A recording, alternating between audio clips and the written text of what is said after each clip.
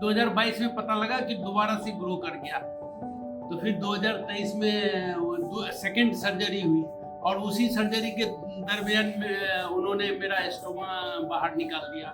2018 में वो ट्यूमर की सर्जरी कराई, ट्यूमर निकलवाई, फिर 3 साल दवाई खाई। नमस्कार, ये मेरे साथ सर है। आप कहाँ से आए हो? जी, मैं कोलकाता से आया हूँ। क्या नाम है आपका? पवन कुमार लालदास। उम्र कितनी है? उम्र 64 है। आपने गॉल ब्लैडर कटवाया था? गॉल ब्लैडर 2011 में मेरा ओपन करके निकाला। अच्छा, पहले तो आपको बोला था हम करेंगे दूरबीन से, लेकिन जब आप दूरबीन से कराने गए तब खड़े पैर हैंड पे उन्होंने बोला कि भाई दूरबीन से नहीं हो पाएगी, हमें पेट खोलना पड़ेगा। फिर उन्होंने खोल के क्यों बोला उन्होंने ऐसा? बोले कि अंदर में कुछ वो फैल गया है, पाउडर बन गया है और ये क्या क्या हो गया है पता नहीं। तो आप क्या सरकारी कर्मचारी हो? जी, मैं सरकारी कर्मचारी था उस टाइम, अब तो रिटायर्ड हूँ। तो मैं बोलूं कि सरकारी कर्मचारी थे, इसीलिए दूरबीन हटा के दूसरा डिसीजन लिया उन्होंने कि बिल ज्यादा मिलता। वैसे दूरबीन से करते तो 70,000 का बिल बनता, मान लो। जी। आपकी ओपन कर दी मजबूरी दिखा के, तो बिल 2-2.5 लाख का बन गया और उसके बाद जिंदगी नरक बन गई। और वही देखो 2011 में कराया और 5 साल बाद जो है वही गॉल ब्लैडर की जगह में ट्यूमर बन गया। और फिर आपने उसकी सर्जरी कराई? फिर 2018 में वो ट्यूमर की सर्जरी कराई, ट्यूमर निकलवाई, फिर 3 साल दवाई खाई। अच्छा, फिर उसके बाद दोबारा फिर ट्यूमर हुआ आपको? दोबारा फिर कौन सा हो गया? 2022 में पता लगा कि दोबारा से ग्रो कर गया।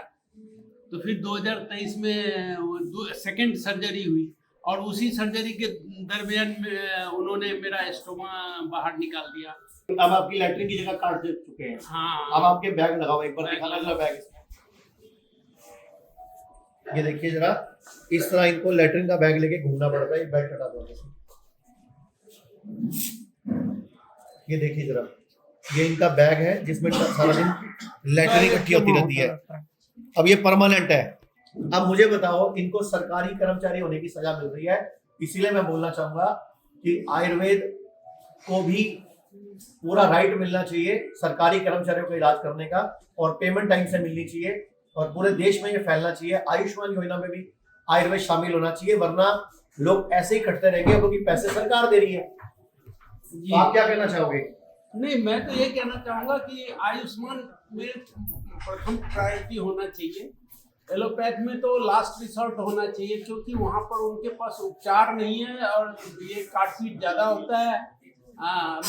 बस एक दूसरे का साइड इफेक्ट इतने हो जाते हैं मेडिसिन का, उसका काफी सारा परेशानी हो जाती है। लोग कहते हैं आयुर्वेद गंभीर बीमारियों का इलाज नहीं कर सकता, लेकिन अगर पूरे भारत में कोई गंभीर बीमारी से परेशान है तो आयुर्वेद को ट्राई करने तो आ सकते हो ना, पंचकर्मा करा सकते हो, नुकसान तो कुछ होगा नहीं, लेकिन बॉडी हील कर गई तो जिंदगी आपकी बन जाएगी।